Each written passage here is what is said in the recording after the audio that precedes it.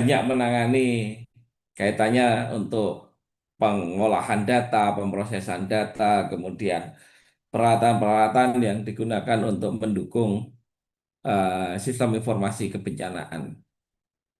Ya, kita dalam perkuliahan ini kita akan banyak mungkin ngobrol, diskusi dan lain sebagainya yang berkaitan dengan sistem informasi kebencanaan. Tetapi sebelum masuk ke sistem informasi kebencanaan, saya akan sedikit sharing terkait gambaran umum sistem informasi dan teknologi informasi. Oke, mungkin ini sedikit perkenalan saya. Oke, untuk nama saya mungkin saya rasa Bapak Ibu sudah, aduh, sorry, sudah mengenal, sudah tahu maksudnya sudah diinformasikan oleh pengelola Prodi untuk nama lengkap saya, Wang Hendrianto Pratomo. Kalau latar belakang pendidikan, saya fokusnya di informatika, S1 informatika, kemudian S2 di informatika, dan S3 juga di bidang informatika. Kemudian terkaitan untuk di riset saya dengan Prof. ET banyak eh,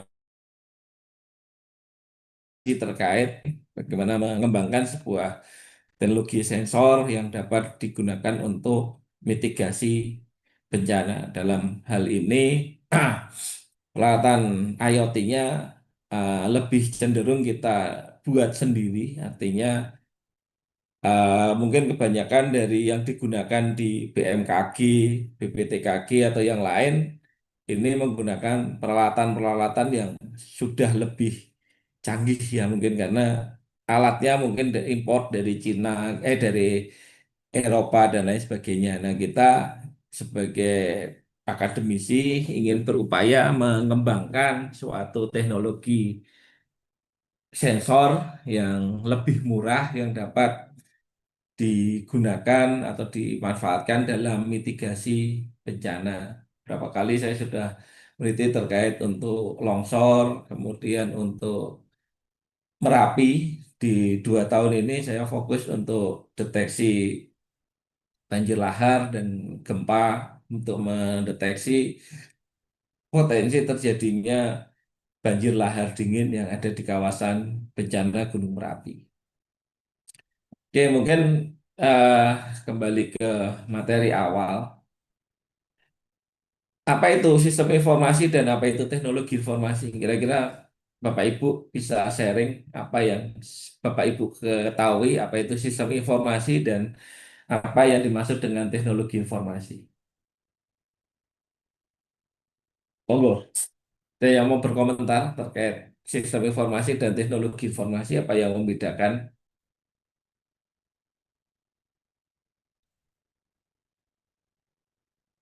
Silakan Bapak Ibu. Cinta. Iya, monggo Bu Alia. Ah, halo. Iya, ya silakan. Ya, izin Pak, ini eh, kalau sistem informasi ya sesuatu sistem yang dirancang buat mengolah, menyimpan dan menyebarluaskan informasi. Eh, Seperti itu Pak, baik melalui komponennya data maupun teknologi serta juga ada ngomongin di sini dalamnya ada data, teknologi, sumber daya manusia, sama prosedur ataupun kebijakan. Kalau teknologi informasi, Nah, teknologi informasi itu adalah, kalau bagi saya sih eh, alat untuk menyebarluaskan informasi. Alatnya Pak, kalau sistemnya berarti rangkaian kegiatannya dari mulai mengolah, menyimpan, mengolah, menyebarluaskan. Terima kasih Pak. oke. Monggo, ada yang lain? Silakan Bapak Ibu. Ada yang lain? Silakan. Yang mau berkomentar atau memberikan. Menambahkan punya Mbak Alia, Pak. Oke, monggo Pak Cucu. Barangkali betul apa yang disampaikan Mbak Alia. mungkin ini seperangkat seperangkat suatu apa kegiatan baik itu pengoperasian dan perkembangan dari teknologi komunikasinya, Pak. Makasih, Pak. Oke, ada lagi? Silakan yang mau menambahkan. Pak Fahmi, Pak Haris, Pak Haris. Intinya sih sama aja sih Pak. Pada dasarnya kalau sistem informasi itu kan sistemnya ya dalam artian perpaduan antara teknologi sendiri dan juga manusia atau humannya yang berupa data nanti akan pengumpulan yang pada akhirnya untuk menghasilkan suatu keputusan atau kebijakan, terutama kalau dalam case ini ya untuk kebencanaan gitu Pak. Kemudian untuk teknologinya sendiri ya perangkatnya gitu. Jadi alat-alat yang kita gunakan untuk menghasilkan sebuah informasi terkait kebencanaan nantinya. Mungkin itu Pak. Oke, ya, ini sudah banyak yang paham ya. Nah, sistem informasi itu adalah bisa dikatakan sebagai suatu peralatan ya yang digunakan atau aplikasi bisa bisa juga berupa prosedur untuk mengolah informasi ya. Jadi intinya adalah alat yang digunakan untuk memproses data menjadi informasi atau dari informasi menjadi informasi yang lebih berguna. Kaitannya dalam sistem informasi juga dibagi menjadi dua hal. Ada sistem informasi berbasis komputer atau biasa dikenal dengan CBS, Computer Based Information System, atau bisa juga dikatakan sebagai sistem informasi yang menggunakan komputer. Nah, berbagai macam definisi mungkin yang bisa kita kenal. Sistem informasi bisa berupa prosedur atau informasi atau orang atau teknologi informasi yang dapat diorganisasikan untuk mencapai tujuan dari sebuah organisasi. Bisa juga definisi yang lain menurut Bernard dan Hopwood.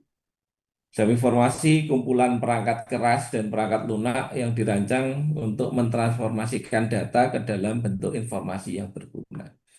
Kemudian ada juga definisi dari Gelinas dan Oram adalah suatu sistem buatan manusia yang secara umum terdiri dari sekumpulan komponen berbasis komputer dan manual yang dibuat untuk menyimpan, mengolah, menghimpun, dan menyediakan informasi kepada siapa yang memakai.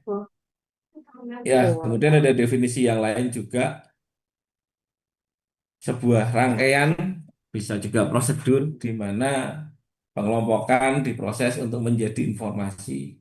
Kemudian dari turban adalah proses pengumpulan, memproses, menyimpan, menganalisis, Pagi. menyebarkan, Yang PD kemudian kan di sana yang PD kalau memiliki aktif bulan tujuan untuk depan. spesifik.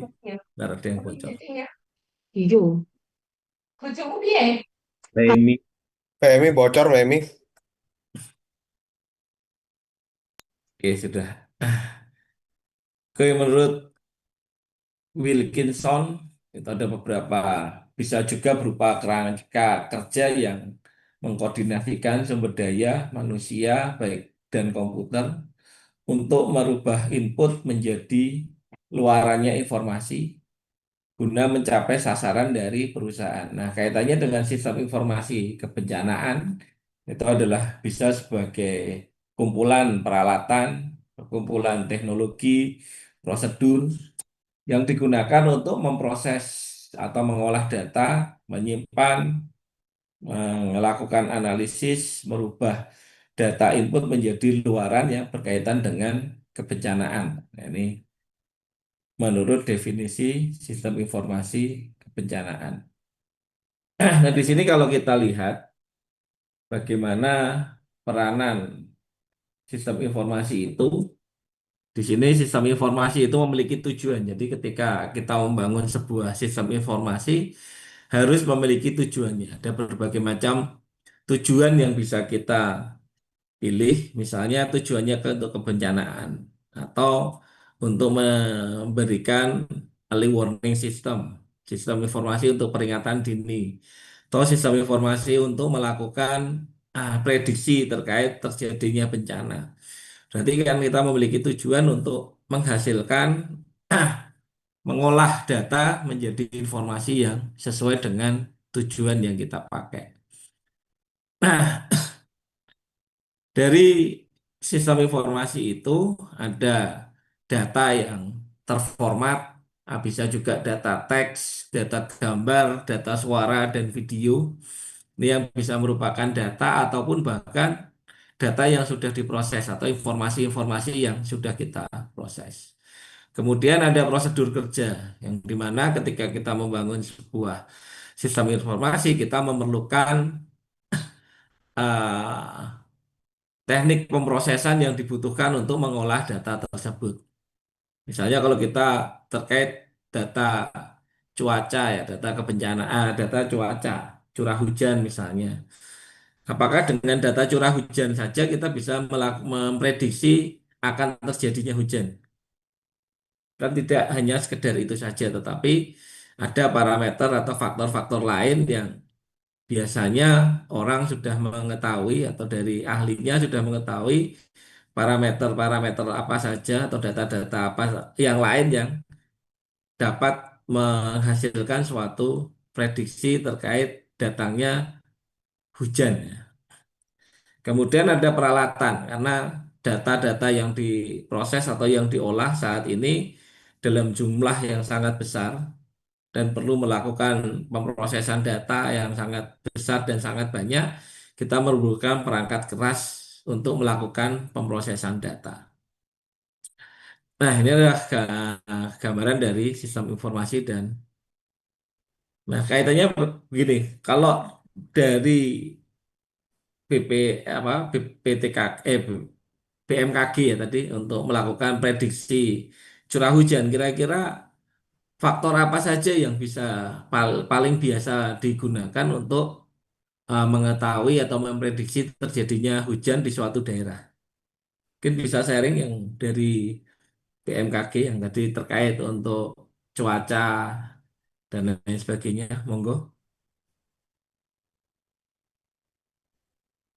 silakan yang dari BMKG mungkin ada pengalaman terkait data apa saja sih yang digunakan sebagai dasar untuk memprediksi terjadinya curah hujan atau prediksi dalam memperkirakan apakah pesawat ini boleh terbang atau tidak dan lain sebagainya. Mungkin yang dari BMKG bisa sharing atau bisa cerita. Izin Pak, Nggih, monggo Pak Cucu. mungkin dari yang rambut putih dulu Pak. Yang Dan banyak pengalamannya, monggo. padahal masih muda sih Pak. Mm-mm. Jadi barangkali kalau kami dulu dalam membuat suatu perakiraan cuaca, pertimbangannya sangat banyak sekali Pak. Pertama, pertimbangannya sangat banyak sekali. Kita melihat, meneliti dari beberapa macam model, terus sekarang posisi di bulan apa, matahari di mana, anginnya seperti apa, strain line-nya. Terus kita melihat data secara klimatologis, bagaimana klimatologisnya pada saat ini kita bandingkan dengan masa yang lalu. Sedikit dari saya seperti itu, Pak. Mungkin teman-teman menambahkan. Oke, monggo Bapak Ibu yang lain yang dari BMKG nih, yang kayaknya sudah paling sering memanfaatkan sistem informasi kan, terutama untuk klimatologi dan curah hujan. Monggo silakan. Izin Pak, Yes, monggo Pak Endi. mungkin kalau tadi yang Kang Cucu bicarakan tuh saya tambahkan, kalau untuk jangka pendeknya, misalnya saya di bandara itu melihat yang pertama perawanan Pak. Perawanan ya, bukan perawanan Pak ya. Perawanan melalui radar itu kira-kira di daerah mana saja nanti 2-3 jam ke depan mengalami pertumbuhan awan-awan CB atau awan-awan cumulonimbus yang bisa membuat jalannya penerbangan terganggu. Yang kedua, kita juga melihat tren dari tekanan udara, Pak. Tekanan udara dari jam 7 misalnya sampai jam 7 malam bagaimana. Kemudian kita melihat dinamika atmosfer, Pak. Mungkin Bapak pernah mendengar adanya La Nina atau El Nino atau namanya gelombang Kelvin atau Rossby atau MGO yang dia sedang berjalan kemana itu juga kami perhatikan dari hari perkembangannya dari hari ke hari. Misal hari ini nih hujan terus kan di Jogja kan. Nah, kayak gitu. Padahal di Pantura cerah-cerah aja. Nah, itu juga karena apa? Nah, itu juga kita perhatikan, Pak. Mungkin seperti itu, Pak. Terima kasih. Oke, monggo yang lain.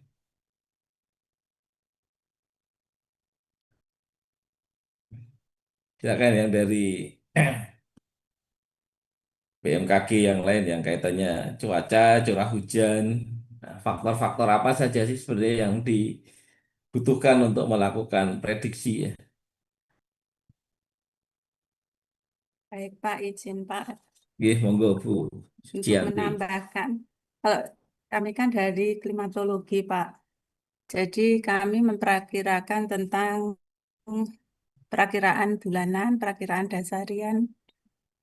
Jadi jangka waktunya panjang. Di sini kami dalam memperkirakan itu banyak sekali pertimbangannya Pak, seperti dinamika atmosfernya dan model-model iklim yang kami pergunakan itu banyak sekali, Pak. Untuk dinamika atmosfernya kita mempertimbangkan ENSO-nya dan termasuk anginnya. Anginnya itu sudah di musim penghujan, apakah sudah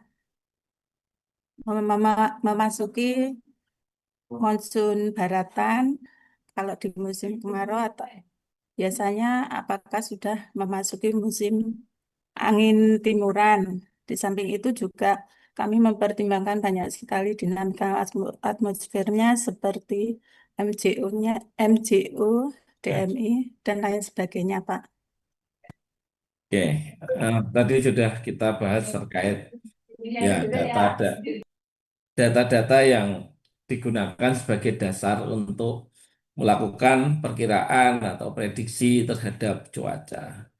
Kemudian data-data yang diperoleh ini kan biasanya dalam jumlah yang sangat besar ya. Kira-kira kalau teknologi informasi yang dipakai itu biasanya seperti apa? Kira ada yang bisa menjelaskan dari BMKG terkait teknologi informasi? Apakah ada aplikasi khusus? Apakah ada program khusus yang dilakukan untuk mencatat pergerakan awan atau untuk mencatat data curah hujan yang terjadi selama rentang waktu tertentu atau yang lain sebagainya. Monggo silahkan. Atau masih dihitung manual kan? Saya rasa nggak mungkin kalau manual gitu. Ya, izin, Pak. Iya, monggo. Kita di BMKG kan punya, tentunya Bapak sebagai ahli IT itu untuk paham tentang permodelan dan lain sebagainya. Yang dibutuhkan algoritma-algoritma, biasanya kita pakai algoritma tersebut dalam suatu model, kemudian di model itu diproses dalam suatu superkomputer, Pak, biasanya. Superkomputer itu bisa bisa dari instansi kita, bisa juga dari rekanan biasanya, rekanan yang biasanya di Perancis atau di Amerika nanti memberikan suatu output ke kita tentang model-model outputnya berupa analisa serta perakiraan-perakiraan untuk model-model ke depan, Pak. Mungkin itu, Pak. Oke, makanya kan dari peralatan atau yang digunakan ada suatu ya aplikasi yang digunakan untuk mencatat, kemudian dari database dilakukan permodelan menggunakan ya karena data yang diproses itu pasti dalam jumlah yang sangat besar ya. Kalau pakai personal komputer, pakai laptop itu hal yang impossible. Berarti kan makanya di dalam kita membangun suatu sistem informasi ada peralatan-peralatan yang digunakan sebagai alat penunjang ya. Sebagai contoh tadi ada komputer yang desktop mungkin sebagai media untuk menginput data. Kemudian ada sistem jaringan komputer karena servernya mungkin tidak ada di tempat kita sendiri ya. Mungkin kalau memang BMKG pusat ada data center sendiri yang memang digunakan untuk komputasi ya masih memungkinkan ya. Biasanya dari dinas Kominfo atau dari dinas ya biasanya Kominfo yang menyediakan superkomputer yang bisa melakukan pemrosesan data atau bahkan ya karena spesifikasi komputasinya sangat besar dan butuh pemrosesan yang sangat cepat untuk mendapatkan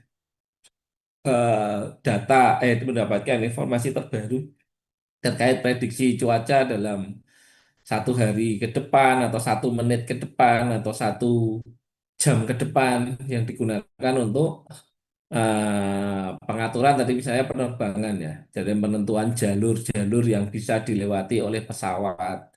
Kemudian terkait untuk memberikan izin apakah pesawat itu bisa take off pada saat itu kan perlu kita lakukan perkiraan cuaca dalam beberapa menit ke depan ya. Nanti jangan-jangan pesawatnya sudah sampai ke ujung landasan pacu, sudah mau naik, tiba-tiba hujannya sangat deras. Ya, jadinya nggak jadi terbang misalnya. Nah itu kan diperlukan suatu pemrosesan. Tadi ada prosedur untuk memasukkan data, kemudian diolah ke peralatan yang dipakai agar bisa memberikan informasi yang lebih berguna. Ya contoh aplikasi sederhana, nah, itu kalau mungkin Bu bisa lihat ada sistem terkait untuk pemesanan tiket, kemudian sistem untuk menangani penjualan kredit, beda motor, sistem biometrik itu adalah salah satu contoh sistem informasi ya. Kalau kita di toko ada sistem penjualan, ada sistem telemetri, sistem berbasis kartu cerdas, atau bahkan sistem-sistem yang biasa dipakai di tempat publik, atau sistem-sistem informasi yang berbasis web saat ini kita bisa lebih mudah untuk mendapatkan informasi terkait misalnya perkiraan cuaca ya. Kalau kita pakai handphone, di handphone itu ada weather prediction, kita bisa melihat kira-kira jam berapa akan turun hujan. Bahkan kadang ada notifikasi ya, prediksi hujan di wilayah kecamatan X atau di wilayah desa Y. Misalnya kalau di UPN ya, akan hujan di wilayah Depok atau di Tambakbayan misalnya. Kalau kampus 2 kan berada di Tambakbayan, MMP di kampus 2 berikan informasi terkait akan terjadinya hujan di kawasan ini jam sekian supaya kita bisa lebih mempersiapkan diri. Nah, itu salah satu bentuk sistem informasi kebencanaan yang dapat kita terima terkait untuk prediksi terjadinya curah hujan. Atau bisa juga sistem pertukaran data elektronik ya. Tadi terkait untuk data-data yang diperoleh dari BMKG terkait posisi awan, kemudian tekanan udara, kemudian perubahan atmosfer atau posisi awan yang memungkinkan terjadinya awan cumulus nimbus itu kan data-data yang diperoleh bisa berbasis aplikasi yang berbeda-beda yang digunakan untuk melakukan pengumpulan data. Bisa berdasarkan dari citra satelit, bisa dari hasil pengamatan dengan menggunakan sensor arah angin, kecepatan angin yang dipasang di berbagai macam lokasi sehingga bisa mengetahui bagaimana pergerakan angin dari satu lokasi ke lokasi yang lain. Kemudian bisa juga layanan sistem informasi bisa berupa e-government atau sistem informasi yang digunakan dalam kepemerintahan. Nah, dari sifatnya sistem informasi itu tidak harus kompleks. Jadi bisa hanya menggunakan satu buah komputer saja.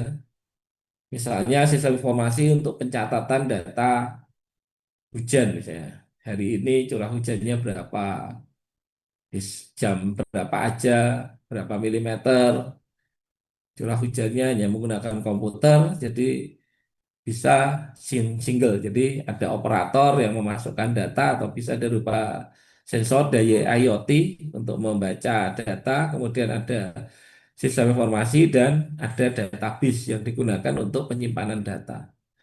Kemudian ada pelaporan yang digunakan untuk menampilkan hasil laporan itu bisa sudah dikatakan sebagai salah satu sistem informasi. Kemudian kemampuan dari sistem informasi yang pertama adalah dapat melakukan komputasi numerik yang volumenya besar dan kecepatannya tinggi.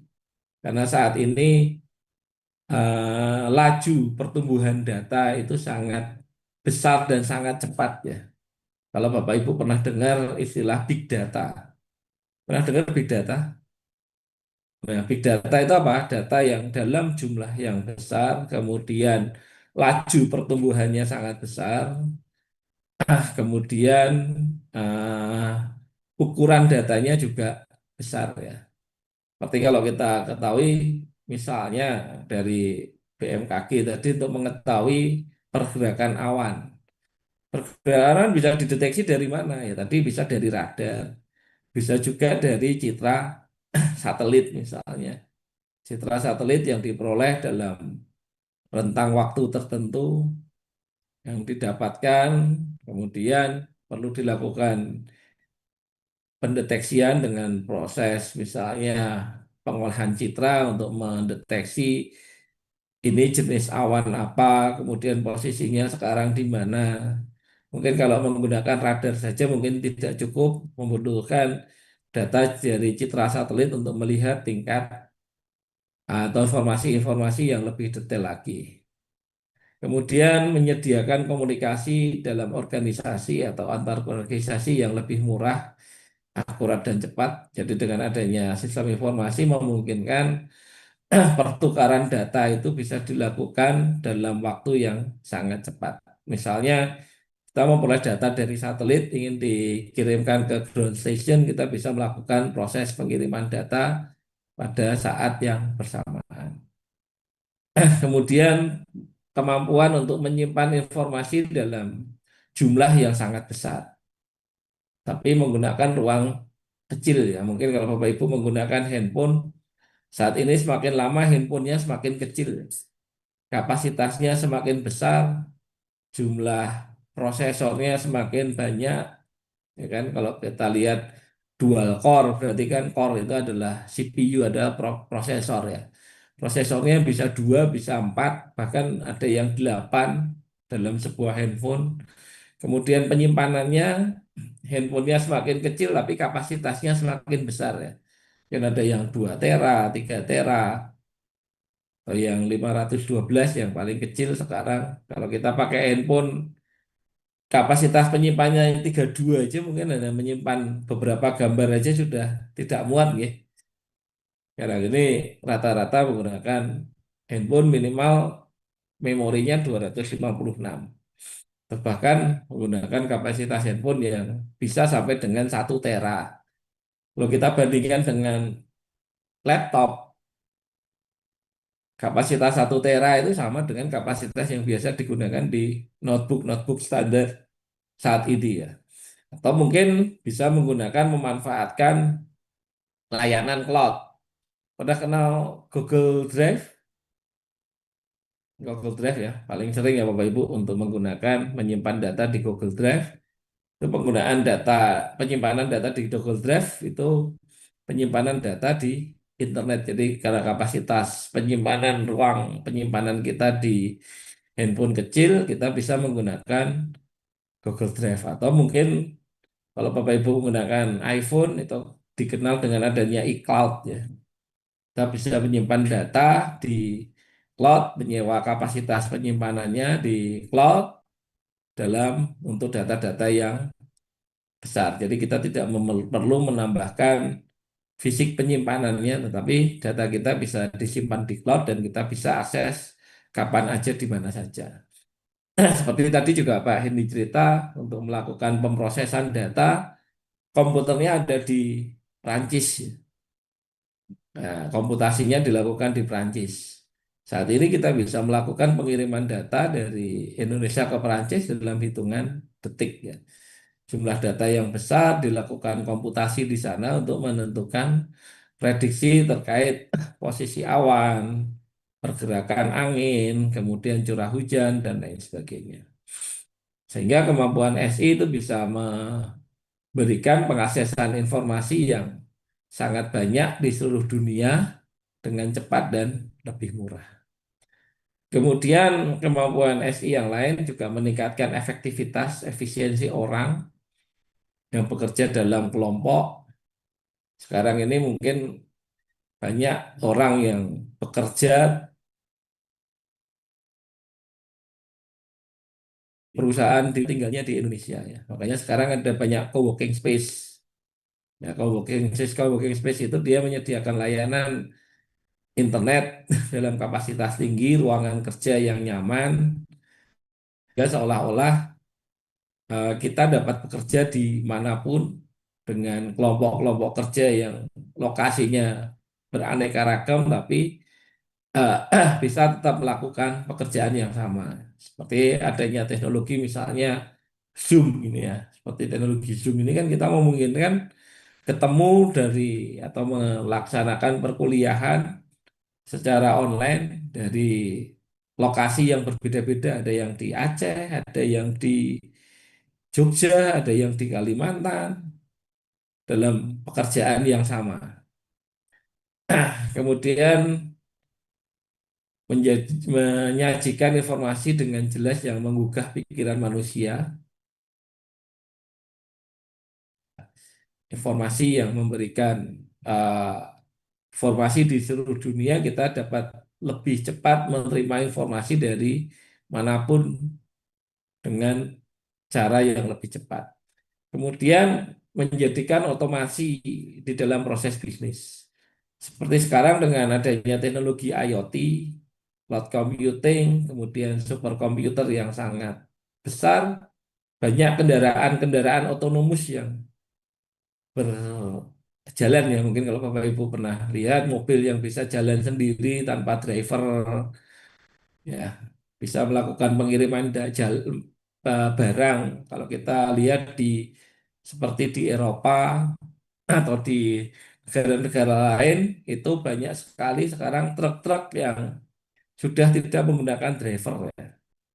Jadi truknya bisa jalan sendiri dari kota A ke kota B untuk mengirimkan barang tanpa adanya campur tangan manusia. Kemudian adanya teknologi drone yang menggantikan kurir misalnya pembelian pizza dikirimnya pakai drone. Kemudian untuk monitoring lokasi misalnya dengan mendeteksi dengan cepat misalnya terjadi ada kejadian tertentu dengan mengirimkan drone kita bisa melakukan pemrosesan informasi terkait apa yang terjadi di lokasi tersebut atau yang lain sebagainya. Kemudian melaksanakan hal-hal yang lebih murah daripada dikerjakan secara manual. Ya kita kalau melakukan sorting, sortir, data classification, itu kalau dihitung secara manual berapa lama kita bisa mendapatkan data yang cepat. Tapi dengan teknologi kecerdasan atau sistem informasi yang ada, kita bisa melakukan pemrosesan, pengolahan data dengan cara yang lebih cepat dan lebih tepat.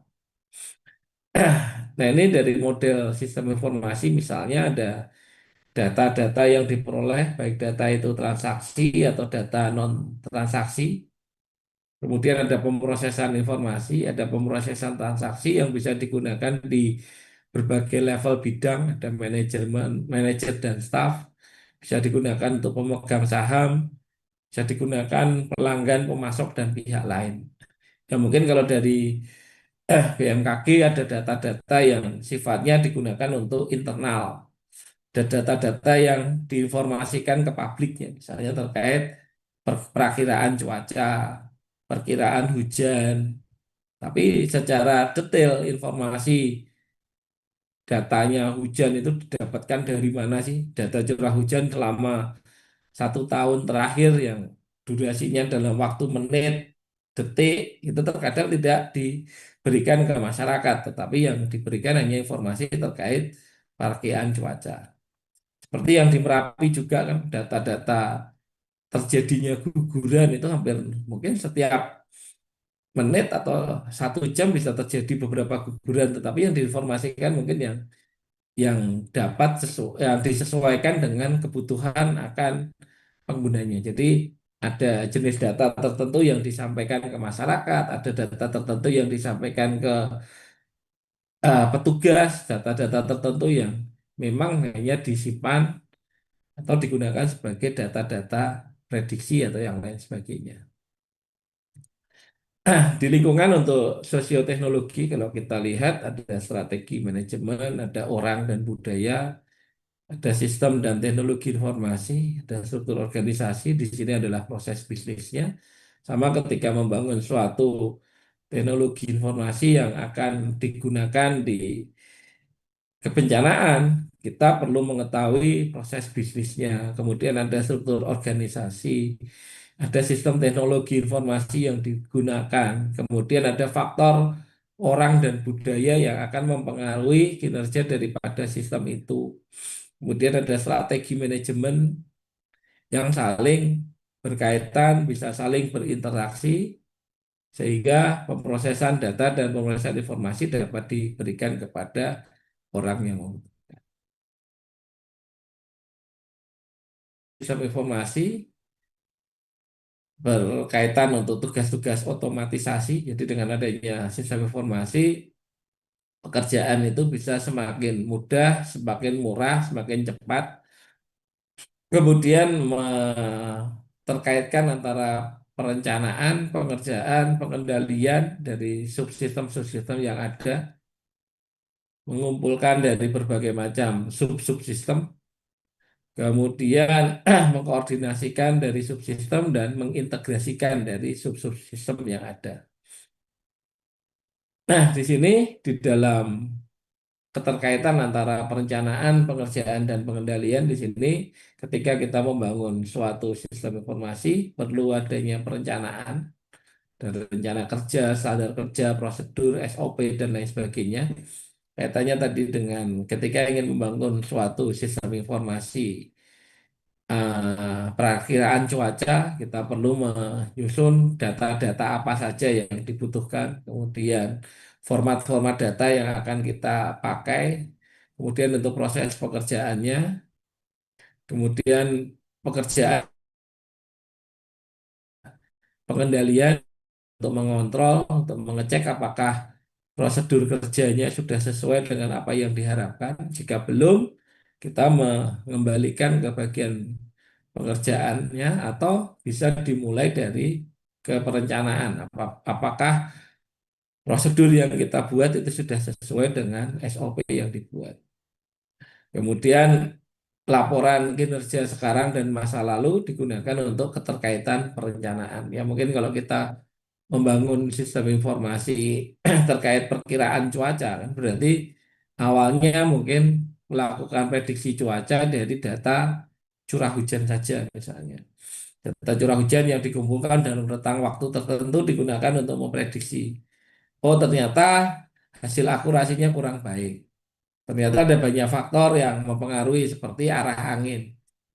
Mungkin ditambahkan faktor arah angin untuk melakukan prediksi. Oh, tetapi ternyata bukan itu yang berpengaruh. Ternyata ada faktor lain seperti posisi awan.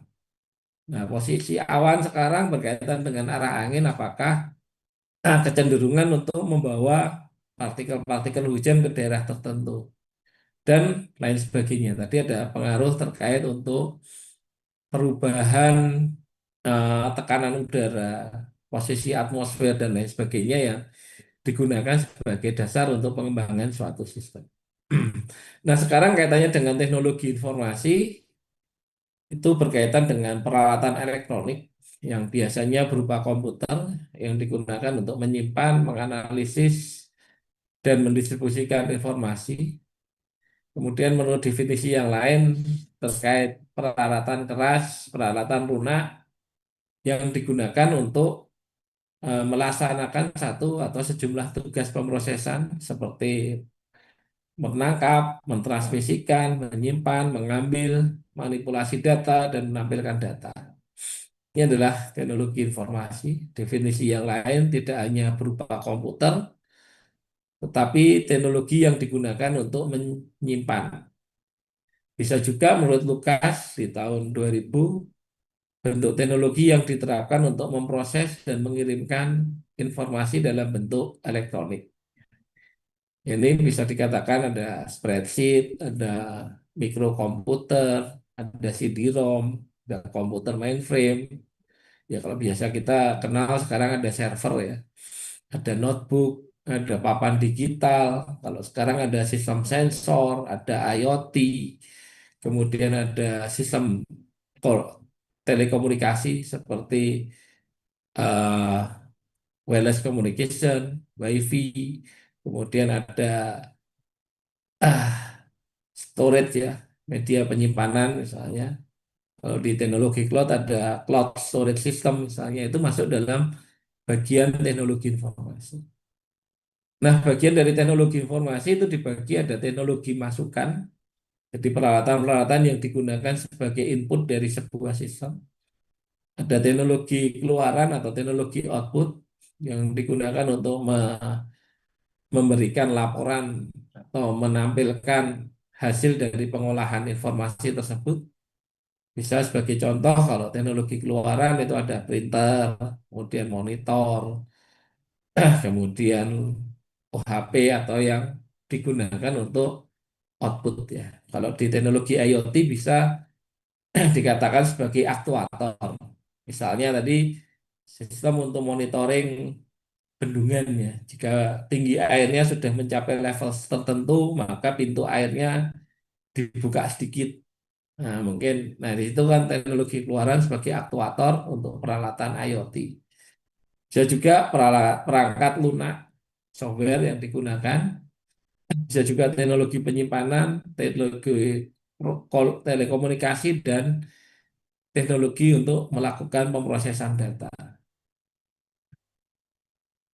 Nah, ini ada beberapa alasan terkait untuk investasi dari teknologi informasi. Adanya kebutuhan untuk mempertahankan dan meningkatkan posisi kompetitif. Nah, kaitannya sekarang ada banyak industri yang menginvestasikan untuk pembelian komputer atau pembelian teknologi pemproses ya tadi seperti adanya komputer yang ada di Prancis ya. Padahal komputernya nggak ada, dia hanya menggunakan CPU untuk pemrosesan data. Ya tujuannya untuk agar dapat bersaing. Misalnya bersaing dengan apa ya? Karena untuk mengurangi resiko terjadinya kecelakaan pesawat, maka diperlukan informasi yang akurat, pemrosesan yang cepat, sehingga data-data cuaca atau kondisi yang ada di awan itu bisa teridentifikasi sehingga pesawat yang akan terbang itu tidak melalui posisi yang adanya awan sehingga bisa menimbulkan kecelakaan. Atau bisa juga untuk mengurangi biaya jika kantornya berada di lokasi yang berbeda-beda, bisa melakukan pengurangan biaya dengan misalnya mengumpulkan berada di satu tempat yang sama. Misalnya analisis untuk pembelian Zoom ya. Oke, peralatan teknologi informasi adalah akun Zoom. Ketika akan menggunakan akun Zoom itu kan kita perlu memikirkan apakah ketika Bapak Ibu yang kuliah di MMB ini misalnya didatangkan ke Jogja semua, kira-kira boleh apa enggak dari kantor misalnya. Apakah biayanya akan sebanding enggak dengan biaya yang dikeluarkan untuk perkuliahan? Misalnya dengan meninggalkan kerjaan di kantor, kemudian dengan ah, biaya tempat tinggal di Jogja. Nah, ini lebih efektif mana? Oh, ternyata dengan penggunaan Zoom, meskipun biayanya per tahun mungkin sekitar kalau PN ini langganan misalnya yang paket untuk edukasi itu sekitar 50 juta, 30 juta misalnya. Ya, 30 juta untuk satu tahun misalnya. Untuk layanan Zoom yang bisa digunakan untuk 20 orang. Nah, berarti kan ada 20 kelas atau mungkin 20 program studi yang bisa menggunakan secara bersama-sama layanan Zoom ini. Nah, itu jauh lebih efektif daripada biaya yang dikeluarkan dengan pelaksanaan kuliah secara luring misalnya. Kemudian bisa meningkatkan fleksibilitas dan tanggapan. Kemudian teknologi informasi dapat mempengaruhi proses dan pengembangan strategi bisnis ya. Karena dengan revolusi industri yang keempat, proses bisnis itu juga sudah berubah. Transaksi penjualan atau pembelian barang menggunakan online shop ini sudah banyak dilakukan. Nanti masuk ke revolusi industri yang kelima, mungkin Bapak Ibu akan masuk ke dunia maya ya. Ada yang suka main game nggak? Misalnya main game Mobile Legends atau main game yang online. Sekarang ini banyak, kalau mungkin anak-anaknya Bapak Ibu ya, yang remaja, yang masih kuliah ini sekarang atau SMA, Pak minta uang untuk beli senjata. Senjatanya di game.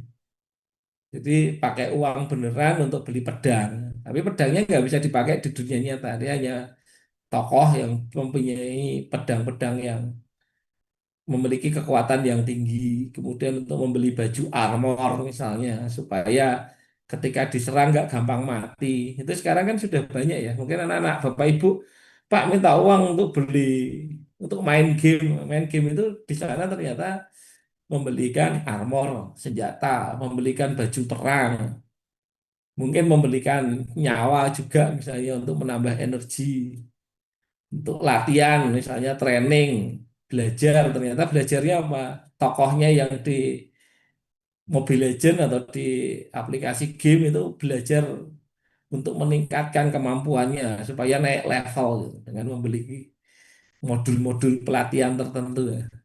Yang dibelikan bukan modul untuk kita, tapi modul untuk tokoh yang ada di virtual. Itu sudah masuk nanti ke revolusi industri yang kelima, barang-barang tidak wujud itu mulai banyak diperdagangkan.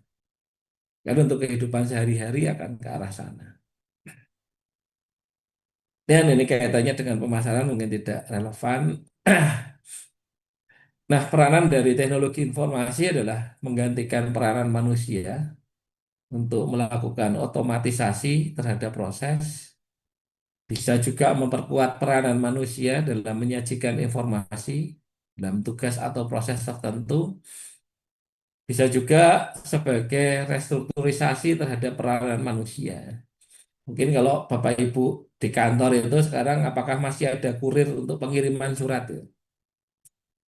Saya rasa di kantor udah nggak ada tukang kurir surat ya. Semua surat undangan kirimnya via WA atau pakai aplikasi surat elektronik ya.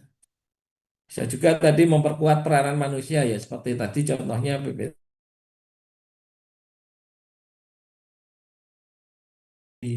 akan dilewati pesawat aman karena data-datanya sudah terkumpulkan, sudah ada bukti-buktinya, posisi awan sekarang di koordinat berapa, kemudian untuk curah hujan, nanti jam 5 hujan loh misalnya gitu. Datanya dari mana ya? Dari posisi awan sekarang, kemudian hujan-hujan sebelumnya yang digunakan untuk menyajikan informasi ya. Jadi mempermudah atau memperkuat manusia di dalam meyakinkan terkait hasil prediksi yang dihasilkan. Nah, pengaruh di dalam proses bisnis, kalau dulu manajer yang membuat keputusan, tapi sekarang dengan ada teknologi informasi dan sistem pendukung keputusan, pembuat keputusan adalah ya siapa saja yang berkaitan dengan bidang tersebut. Oke, contoh tadi yang menyajikan informasi perkiraan cuaca, eh, penyajian informasi terkait banjir misalnya. Itu kan sudah bisa diketahui dalam jangka waktu tertentu misalnya. Mungkin nanti jam sekian akan terjadi banjir atau luapan di wilayah-wilayah tertentu itu dengan adanya data yang sudah dikumpulkan dari berbagai macam analisis yang sudah dibuat bisa mengeluarkan bahwa akan terjadi banjir atau mungkin akan terjadi gelombang laut yang tinggi di kawasan tertentu sehingga para nelayan mohon untuk tidak bergerak ke arah laut ya. Jadi dari pihak departemen tertentu bisa memberikan informasi tanpa harus pimpinan yang mengambil atau memberikan keputusan. Kemudian ada juga hanya pakar yang dapat melaksanakan pekerjaan kompleks dengan adanya sistem pakar, orang awam dapat melakukan pekerjaan seorang pakar. Ya, sebagai contoh untuk layanan sistem pakar untuk deteksi penyakit misalnya di berbagai macam ya mungkin atau ChatGPT ya kalau sekarang mungkin Bapak Ibu kenal kita bisa tanya kalau kira-kira pusing minum obat apa gitu. Nah itu dari adjustment sistem itu sudah bisa tahu kalau Anda pusing sebaiknya minum obat X ya. Atau mungkin kalau dengan Halodoc, ada yang pernah pakai Halodoc nggak? Pernah, Pak. Pernah ya, di dalam sistem Halodoc itu apakah dokter yang menjawab? Sepertinya dokter ya, Pak. Emang tahu kalau itu dokter. Awalnya kayaknya dari apa eh, informasi apa yang jawabnya biasa kayak tipikal AI atau apa nanti setelah itu kalau udah ngomongin kasusnya dokter Pak. Ya ada yang beberapa yang mungkin kalau pertanyaan-pertanyaan sederhana, saya sakit perut dok, minum minum apa ya? Nah, yang dirasakan apa? Kalau misalnya mules, kalau yang identifikasinya masih sederhana, bisa itu yang menjawab sistem ya. Dengan sistem pakar kan sekarang ada sistem yang digunakan untuk chatting ya. Mungkin kalau yang bukan Halodoc lah, contohnya aduan pelanggan gitu kan. Kontak call center gitu. Call center itu yang jawab pertama biasanya mesin. Ya, kalau yang manual itu masih pakai tekan satu untuk ini, tekan dua ini. Tapi di beberapa sistem call center itu mesin yang akan menjawab itu. Jadi kalau akan ditanya ini, dia akan jawab terus. Tetapi dia pola-pola tertentu dia akan memberikan jawaban yang akan diberikan. Kemudian tetapi jika pertanyaannya sudah tidak bisa dijawab, biasanya ada operator yang nanti bertugas untuk menjawab ya seperti Halodoc mungkin untuk penyakit-penyakit tertentu mungkin bisa dengan sistemnya. Kemudian nanti pasti ada catatan. Mohon jika sakit berlanjut menghubungi dokter terdekat. Nah itu biasanya wah ini kalau sistem akan terus menjawab ternyata salah prediksi bisa disalahkan sistemnya. Tetapi dari awal untuk tanya konsultasi penyakit biasa biasanya bisa dari sistem yang akan melakukan penjawaban. Nah, itu dengan adanya teknologi sistem pakar, ya kita bisa melakukan prediksi awal terkait penyakit atau terkait apa yang biasanya digunakan oleh pakar. Bagi contoh, kalau kita ada setting ke call center tertentu di Halo Telkomsel misalnya dengan apa? Fani ya kalau di Telkomsel. Nah, Fani asistennya di Telkomsel itu kan kalau kita tanya kalau mau cek pulsa di mana dia akan jawab cek pulsa dengan menekan ini kemudian saya punya kasus misalnya paket data saya kok tidak jalan. Nah, pertama-tama kan menunjukkan arah-arahnya caranya coba Anda lakukan matikan handphone dulu atau kartunya dilepas kemudian dicek untuk networknya apakah tersambung apa tidak. Nah itu sudah menggunakan sistem pakar ya. Jadi sudah tidak operator lagi yang memegang peranan tertentu. Tapi untuk level yang lebih lanjut kita baru bisa ke kontak ke operatornya. Ini juga terkait untuk aturan lama informasi hanya muncul dalam satu tempat, tapi dengan basis data bisa banyak tempat secara bersama-sama. Kemudian petugas lapangan memerlukan tempat yang digunakan untuk menerima, menyimpan, mengambil, mengirimkan informasi. Dengan adanya teknologi nirkabel komunikasi data dapat mengirimkan dan menerima informasi kapan aja. Oke, untuk terkait strategi biaya dengan adanya eh, sistem informasi atau teknologi informasi, biayanya bisa menjadi lebih rendah. Sehingga kita bisa membandingkan dengan mudah untuk pemasok-pemasok barang misalnya. Kita kalau dengan Shopee kan bisa bandingin nih, beli peralatan elektronik kan kita bisa bandingkan toko A, toko B, dan lain sebagainya. Kemudian ada strategi diferensiasi untuk mengembangkan cara membedakan produk yang dihasilkan. kemudian strategi inovasi, banyak inovasi-inovasi baru, perubahan dalam proses bisnis dan pengelolaan bisnis, kemudian strategi pertumbuhan, kapasitas produksi semakin lama semakin besar, kemudian strategi pemasaran sudah menuju ke arah global ya. Kita bisa membeli barang dari Cina misalnya dengan Shopee, kita bisa membeli barang import yang langsung dari luar daerah, kita bisa menjual ke daerah jangkauannya yang lebih luas. Kemudian membentuk aliansi-aliansi baru. Oke, mungkin itu aja. Ada pertanyaan atau hal-hal yang ingin didiskusikan, silahkan. Terkait sistem informasi, teknologi informasi. Monggo, ada hal yang ingin didiskusikan atau hal yang mau ditanyakan, dipersilahkan.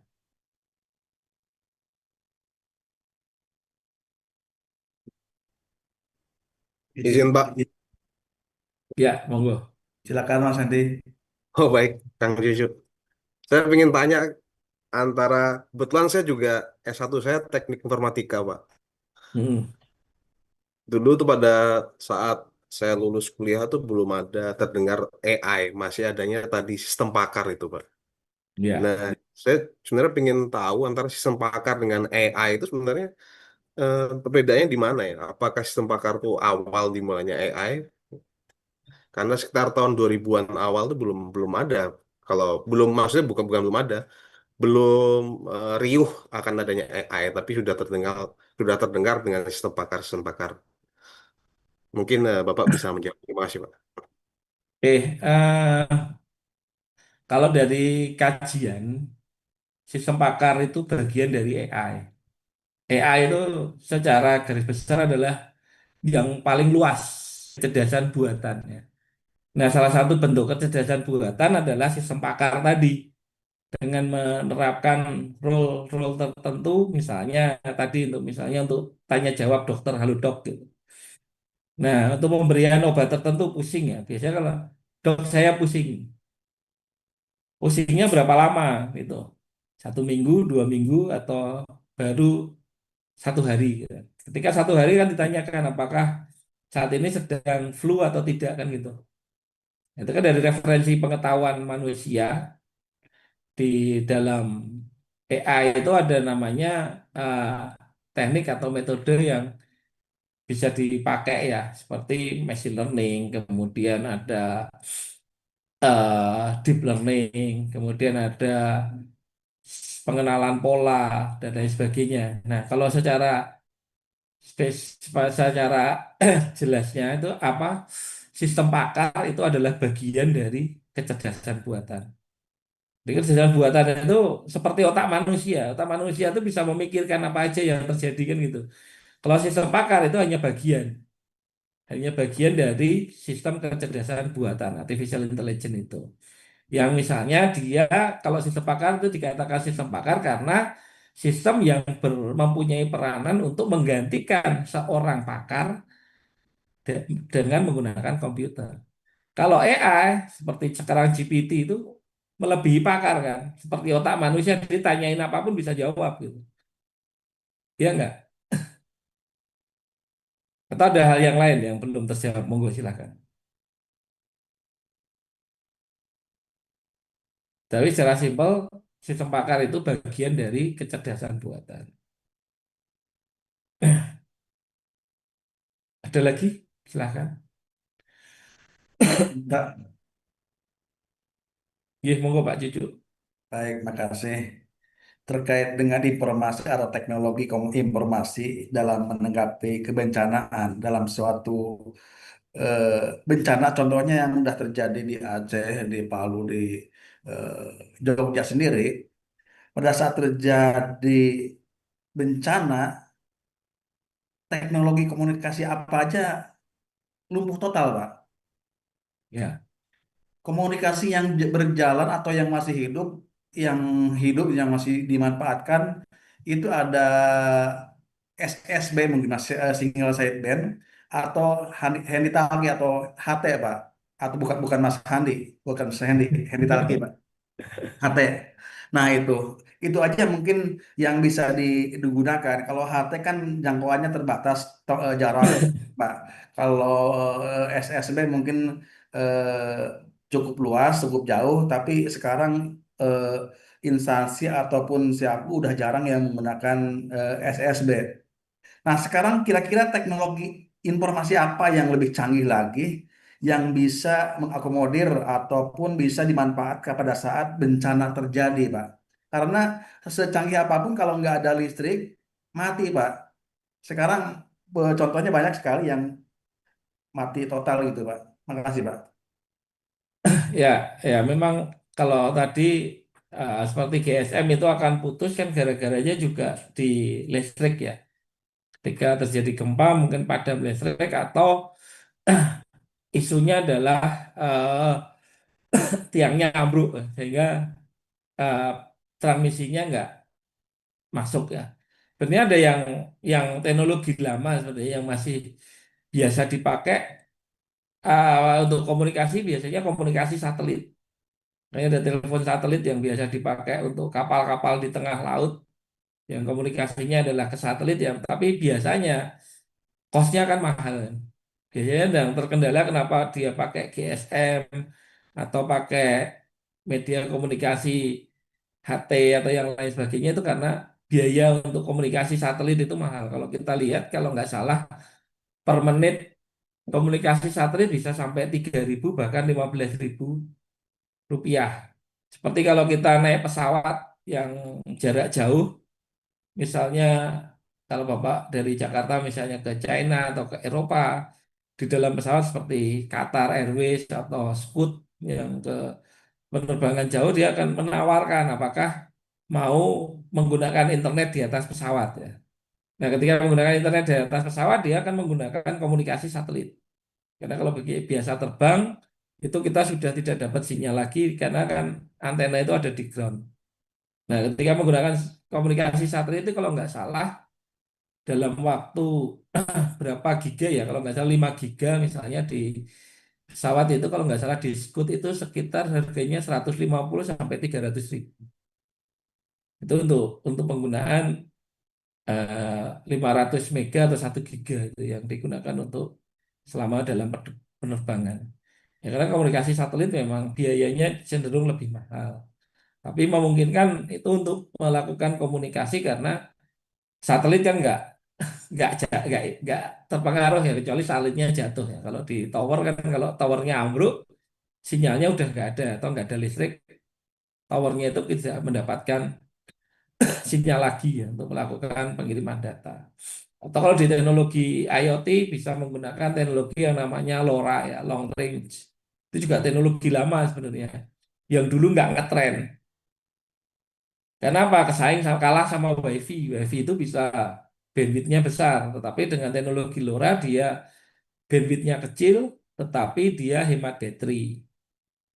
Oh ya tadi menggunakan SSB dan lain sebagainya ya, karena hanya membutuhkan pemancar tertentu dengan ketinggian tertentu, tapi juga ketika menggunakan pemancar kan juga butuh power supply tambahan ya, yang bisa menggunakan tenaga matahari atau yang lain sebagainya. Nah, teknologi LoRa untuk monitoring di kawasan rural, kawasan yang tidak terjangkau WiFi itu bisa efektif. Kalau nggak salah saya pernah baca peralatan yang berbasis teknologi LoRa, dia hanya menggunakan baterai AA itu bisa eh, tahan sampai dengan 1 tahun tanpa harus diganti baterainya.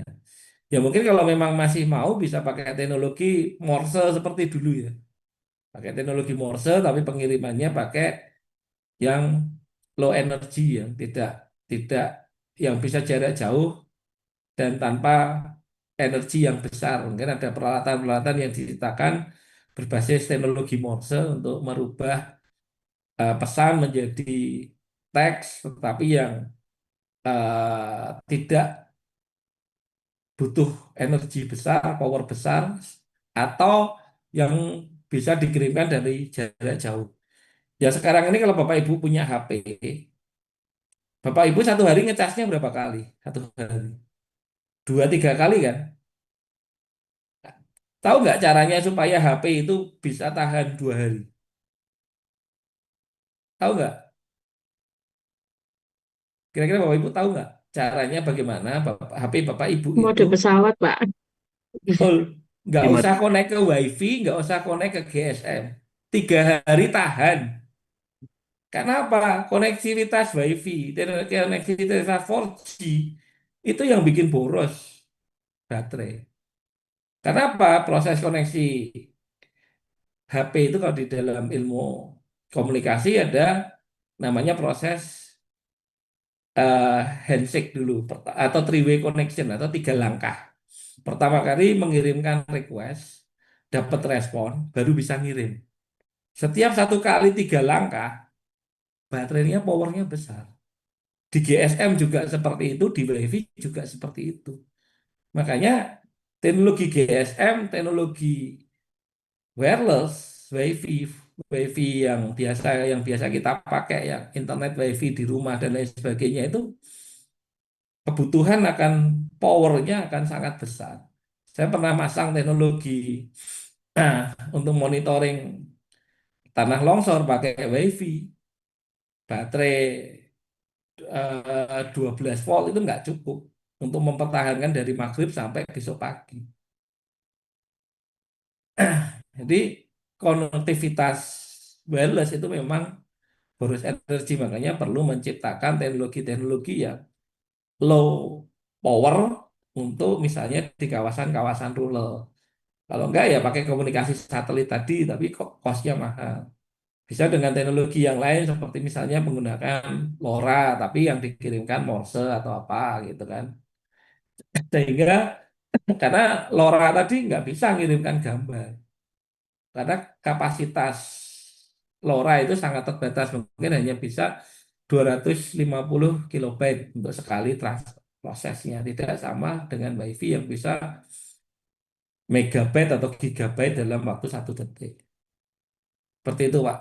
Karena kita dengan media komunikasi. Mungkin ada yang lain yang akan didiskusikan atau ditanyakan.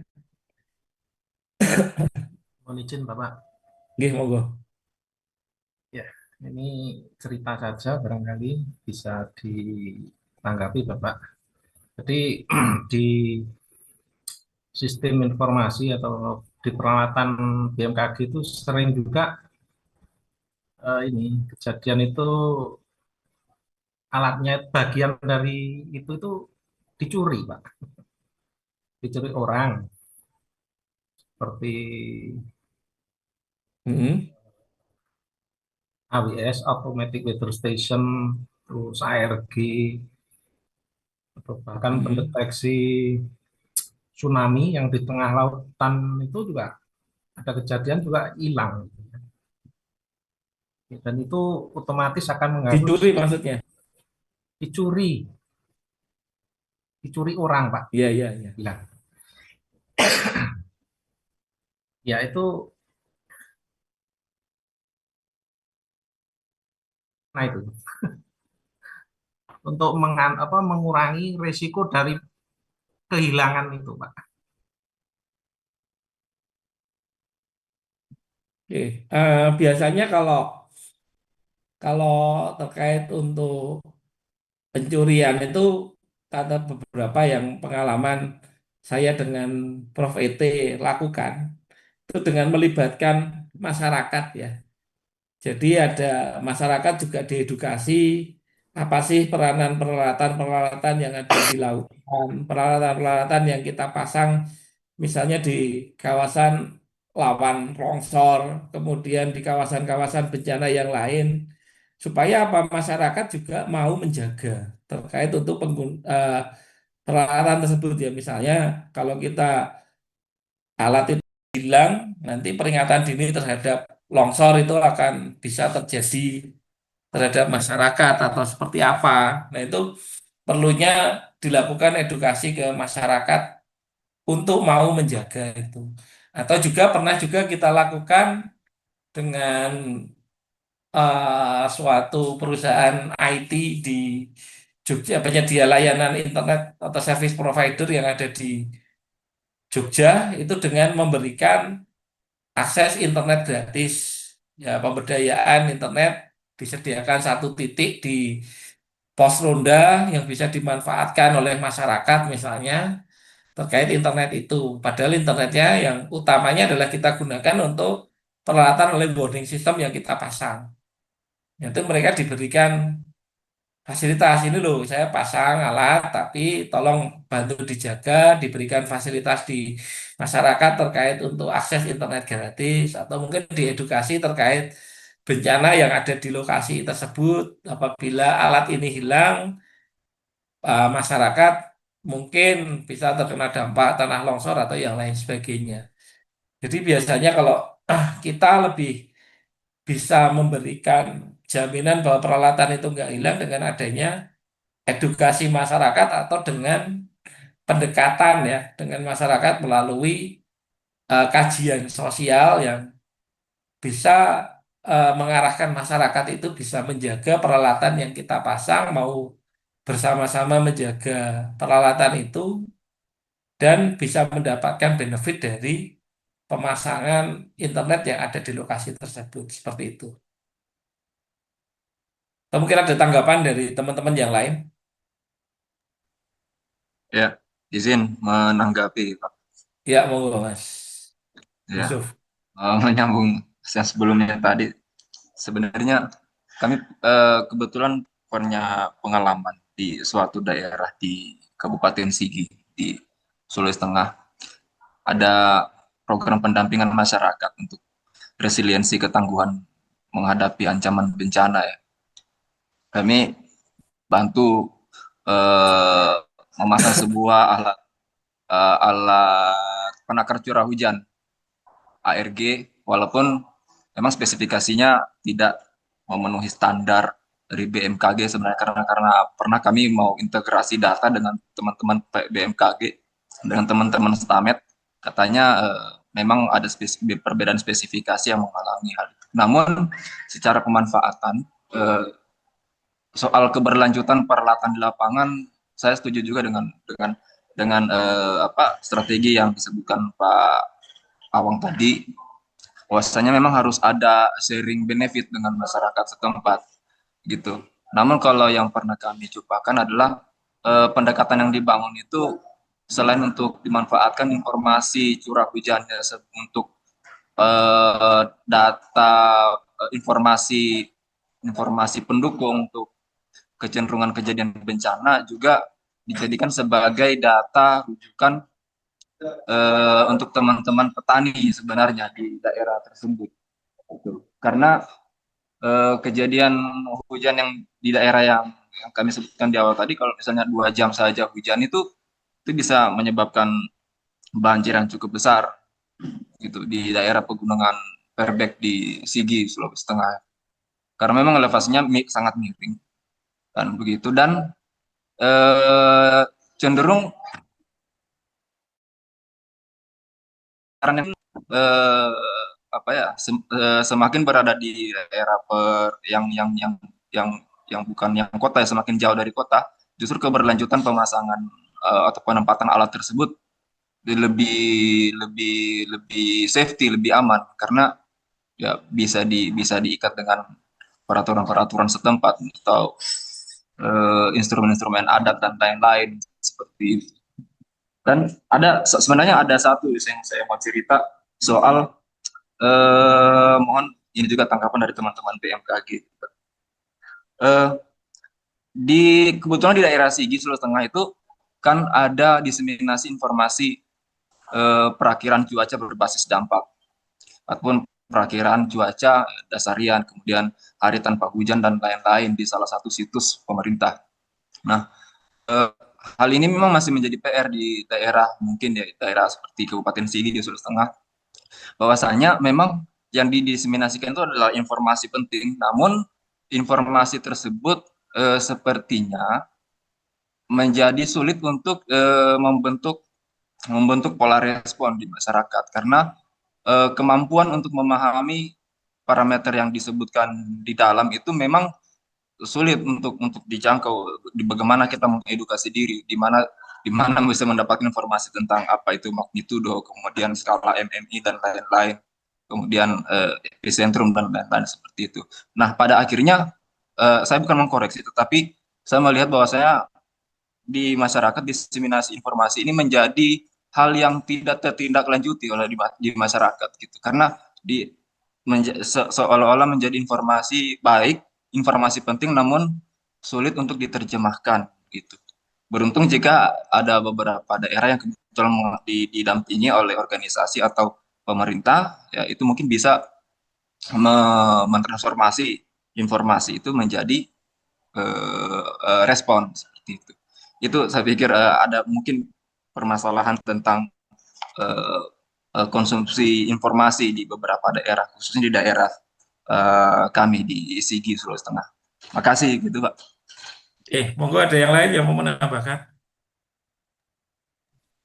Izin Pak, Bapak, mungkin Barangkali saya ikut. menanggapi Jadi menarik nih Pak diskusinya. Jadi apa namanya terkait dengan apa namanya sistem informasi Pak ya. Jadi juga menindaklanjuti apa yang dikatakan Pak Yusuf tadi juga ya. Salah satunya itu bagaimana sebenarnya dalam berbicara di isu-isu bencana ini kan pengguna informasi itu pada akhirnya hulunya itu ada di masyarakat ya Pak ya. Mungkin menurut apa nanti kalau jika keliru boleh di ini Pak. Nah, jadi bagaimana masyarakat itu dapat merespon informasi yang diberikan oleh masyarakat, oleh pemerintah sendiri gitu ya. Nah, mungkin saya sekaligus bertanya nih Pak, Bapak, jadinya mungkin apakah perlu dibedakan antara data dan informasi ya, sehingga nantinya eh, dan kemudian ini meranut kepada tugas dan fungsinya dari BMKG. Ini Bapak BMKG mungkin bisa mengklarifikasi itu. Nah, kalau menurut daripada fungsi pengolahan data sebenarnya kan itu ada di levelnya pemerintah gitu ya. Jadi ada di Pusdalop, ada di Pusdatin gitu ataupun di daerah. Nah, sementara apa namanya yang diinikan sama BMKG itu adalah berbentuk data, kemudian data diolah, kemudian baru didiseminasikan oleh pemerintah setempat yang punya wewenang untuk mendiseminasikan informasi itu diberikan ke mana gitu. Itu menjadi kadang-kadang kita salah persepsi juga mungkin nanti. Sehingga masyarakat ini kalau data mentah itu sebenarnya kalau saya melihat bahwa itu belum berguna apa-apa buat pengguna gitu. Itu hanya data karena informasinya belum sampai. Tadi agak mengerti MMI. Nah, MMI itu mungkin yang saya rasa harus dirubah oleh si Pusdalop BPBD karena menjadi sebuah informasi bagi si masyarakat. Kemudian salah satu juga kejadian di Palu, Bapak mungkin kebetulan ada BMKG ketika eh, dalam mekanisme diseminasi informasi dan data ini kan butuh waktu ya. Nah, waktu ini sangat krusial kalau kita melihat pengalaman daripada Palu. Itu ya, Palu mungkin kalau waktu itu saya mendengar dari cerita BMKG itu baru bisa merubah data itu, mendiseminasikan datanya, itu mungkin 3 atau 4 menit, sementara tsunami-nya yang datang lebih cepat gitu. Jadi masyarakat tidak dapat merespon apa yang terjadi. Nah, mungkin perlu kita pikirkan mungkin arahan juga Bapak nanti apakah ada apa informasi yang atau teknik informasi yang bisa mempercepat waktu sehingga itu bisa masyarakat bisa ngambil satu tindakan itu ada 2 hal tadi masalah terkait dengan waktu yang harus segera disampaikan ke masyarakat informasinya. Kemudian juga yang tadi Bapak yang apa yang menyambung apa yang dikatakan Bang Yusuf tadi bahwa apakah yang didiseminasikan oleh BMKG itu data atau sebenarnya itu adalah informasi gitu. Itu Bapak saya juga bertanya. Ya, terima kasih Bapak. Monggo, ada yang Nah, mau menanggapi dulu, silakan. Ada yang mau menanggapi dulu? mohon izin. Monggo Pak Sbadi. Eh, Barangkali nanti bisa ditambahkan oleh teman-teman dari BMKG yang lain. Jadi dulu begini, bentuk dari informasi kita itu di awal-awal itu memang bentuknya itu informasinya itu tertulis ya. Jadi informasinya itu bentuknya tulisan gitu ya. Seperti redaksinya sangat membosankan. Terus di era digital ini kita ubah dalam bentuk infografis, bisa berupa peta, gambar yang sekiranya lebih menarik gitu ya. Itu kita berharap informasi kita itu lebih mudah dipahami oleh pengguna, oleh masyarakat. Terus memang informasi kita itu barangkali juga masih perlu diterjemahkan lagi. Jadi kalau di Jawa, kita itu ada kegiatan namanya sekolah lapang. Iklim sekolah lapang cuaca nelayan, sekolah lapang geofisika itu ada. Itu bentuk dari edukasi kita ke masyarakat. Nanti dibantu juga instansi yang lain seperti Dinas Pertanian, Dinas atau BPBD gitu untuk memfasilitasi kita untuk mempertemukan kita dengan masyarakat langsung guna menjelaskan bahwa informasi kita itu maksudnya seperti ini dan diharapkan itu memberikan informasi yang jelas gitu. Jadi barangkali itu kegiatan yang seperti itu perlu diperbanyak di masyarakat sehingga informasi kita itu bisa lebih mudah dipahami dan lebih cepat juga gitu ya, lebih cepat diterima juga oleh masyarakat. Mungkin itu dulu barangkali ya, teman-teman ada yang mau menambahkan atau menanggapi, silahkan. Monggo, ada yang mau menambahkan, silakan.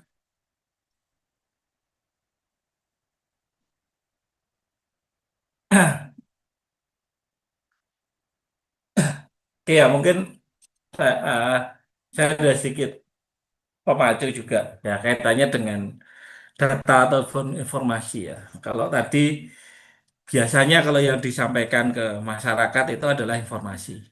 Karena kalau kaitannya masih data, itu masih perlu melakukan pemrosesan, perlu pembuatan pemahaman dan lain sebagainya. Terkadang masyarakat itu nggak bisa baca data ya. Kalau data itu langsung diberikan. Tapi lebih mudah masyarakat itu memahami terhadap informasi ya. Tadi seperti Pak Subadi sampaikan perlu dilakukan pengolahan agar berupa grafik atau berupa eh, perkiraan ya. Misalnya kira-kira hujannya mau jam berapa itu kalau kita lihat di Google apa di weather weather itu kan prediksinya ya kira-kira jam berapa akan hujan, malam suhunya berapa. Ya itu yang sudah dipahami masyarakat. Tapi kalau data mentah itu diberikan semuanya atau data itu diberikan, belum ada pengolahan secara spesifik, secara detail, itu bisa memberikan multi tafsir kan gitu. Masyarakat akan menafsirkan sesuai dengan pemahamannya sendiri-sendiri, maka bisa menimbulkan kecemasan atau yang lain sebagainya. Makanya peranan dari dinas itu untuk melakukan pemrosesan dan pengolahan data menjadi informasi. Cuman ya, saya juga mengalami beberapa permasalahan yang pernah mengalami ya kita di instansi perguruan tinggi kita membutuhkan suatu proses misalnya untuk membuat sistem prediksi misalnya. Tapi prediksi kan butuh data yang durasinya menit ataupun detik ya. Terkadang data itu tidak sifatnya open dari dinas tertentu dari BMKG. Data yang boleh dipublish adalah data yang durasinya per jam ya. Prediksi curah hujan itu kan yang dilaporkan per jam ya, tidak per menit, tidak per detik. Padahal kalau informasi yang didapatkan dari sensor itu saya rasa data per detik itu punya gitu loh. Cuman tidak diberikan kepada masyarakat karena bisa nanti mungkin timbul multitafsir atau mungkin dimanfaatkan oleh pihak-pihak tertentu yang tidak bertanggung jawab atau seperti apa. Tuh, mungkin monggo ada Bapak Ibu yang ingin menambahkan, silahkan.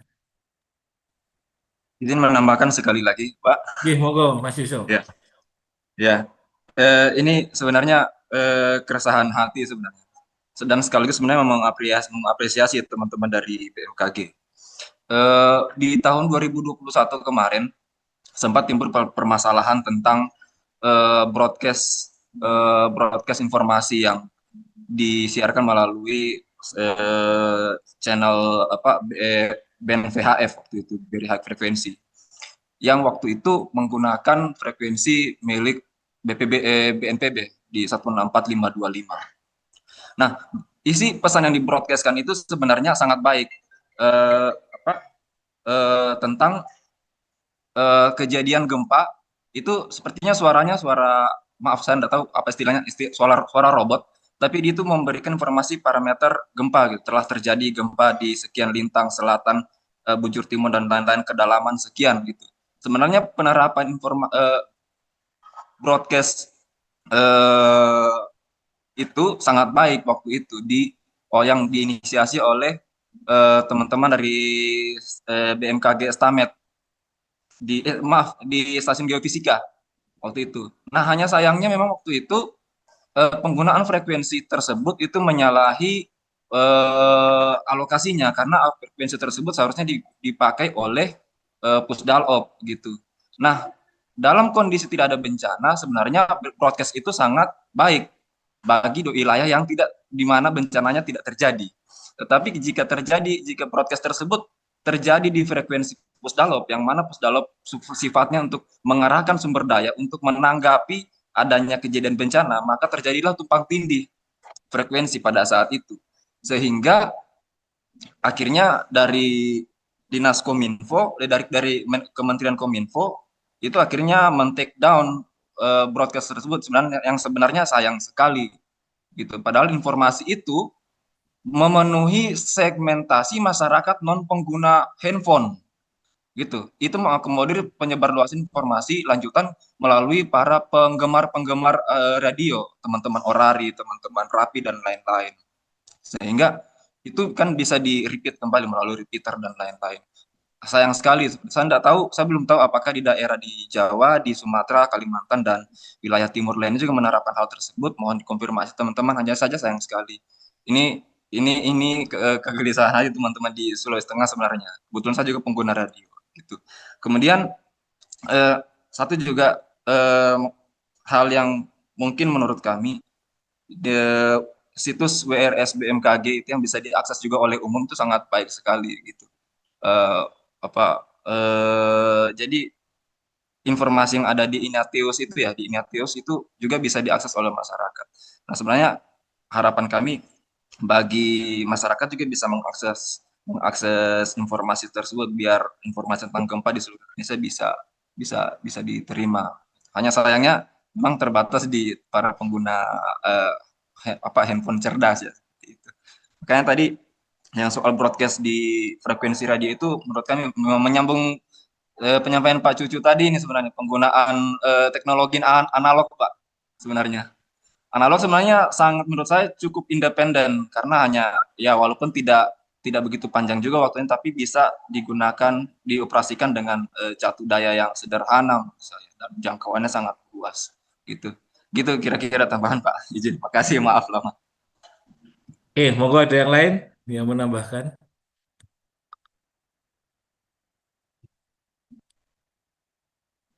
Ada yang menambahkan, Bapak Ibu, halo, silahkan. Menjawab.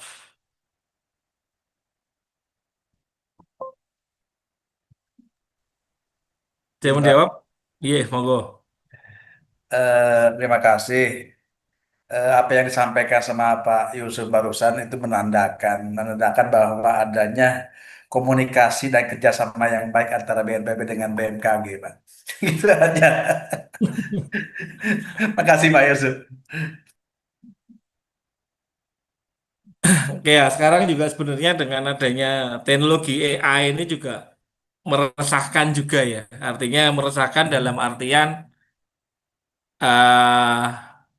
bisa dimanfaatkan oleh pihak-pihak tertentu apabila tadi hasil yang tadi dengan memanfaatkan suara tertentu itu dengan teknologi tertentu yang bisa biasa dipakai sekarang ini kan bisa juga mengkhawatirkan ya. Seorang orang seolah-olah mengaku siapa, kemudian eh, untuk menginformasikan kondisi yang terjadi dan lain sebagainya yang terkadang bisa meresahkan terhadap masyarakat yang ada sehingga perlu adanya adanya peranan aktif dari semua pihak untuk melakukan filter atau melakukan penyebaran informasi agar bisa sesuai dengan apa yang diharapkan. Tuh. Mungkin ada yang lain yang mau ditanyakan, silahkan, atau mau yang menanggapi hal tadi, silahkan.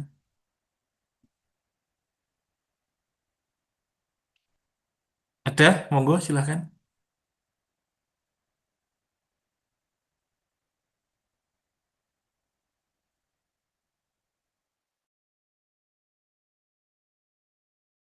Oh, nggak ada mungkin untuk pertemuan kali ini bisa cukup dulu sampai ketemu nanti minggu depan. Terima kasih atas kehadirannya. Kita berdiskusi lagi di pertemuan minggu depan untuk materi-materi lain. Terima kasih. Selamat sore. Assalamualaikum warahmatullahi wabarakatuh. Waalaikumsalam Warahmatullahi warahmatullahi Terima kasih, Pak. wabarakatuh. Bye-bye. Terima kasih, Terima kasih, Pak. Terima kasih, Pak. Pak.